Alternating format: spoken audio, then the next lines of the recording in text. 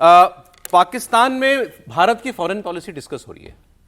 पाकिस्तान भारत की foreign policy discuss कर रहा है और वो कह रहे हैं कि भारत ने बड़ी गलत बेट लगा दी कि अमेरिका और इजराइल ये अब ढलती हुई जोड़ी है और भारत इनके कैंप में चला गया।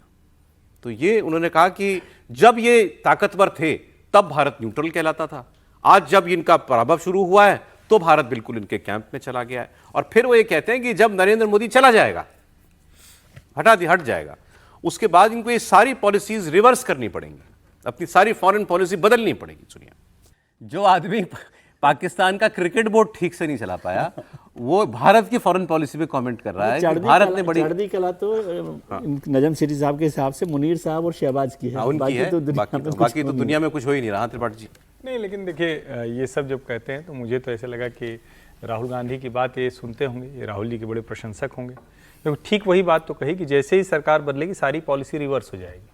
राहुल गांधी रोज बोलते हैं और पाकिस्तान का बड़ा वर्ग या कहें कि लगभग पूरा वर्ग वो चाहता है कि नरेंद्र मोदी हट जाएं, राहुल गांधी सत्ता में आ जाएं, कोई छिपी हुई बात तो है नहीं।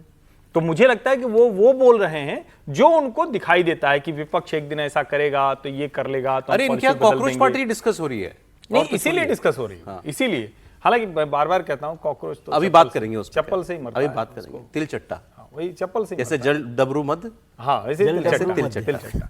तो मुझे लगता है कि जब फॉरेन पॉलिसी जैसा शब्द आता है ना तो पाकिस्तान की चर्चा मत किया कीजिए, हाँ वो इररेलेवेंट है।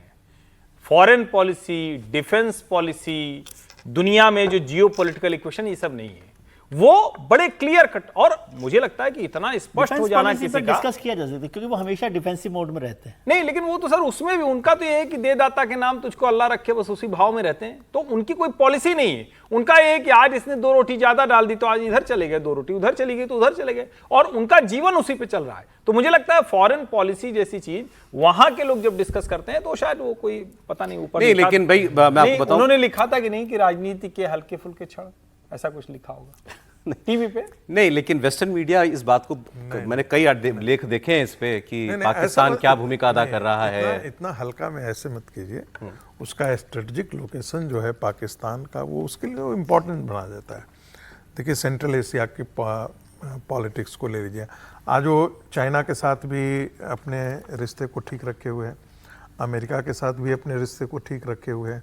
अब ये और बात है कि अमेरिका उसको कब तक ठीक रखे रहेगा, क्या ये युद्ध खत्म हो जाएगा तब तक रखेगा, या युद्ध खत्म हो जाने के बाद क्या इसे वो जिसे कहते हैं किनारे करके छोड़ देगा, ऐसा लगता नहीं है। वो नहीं होगा ऐसा नहीं लगता है।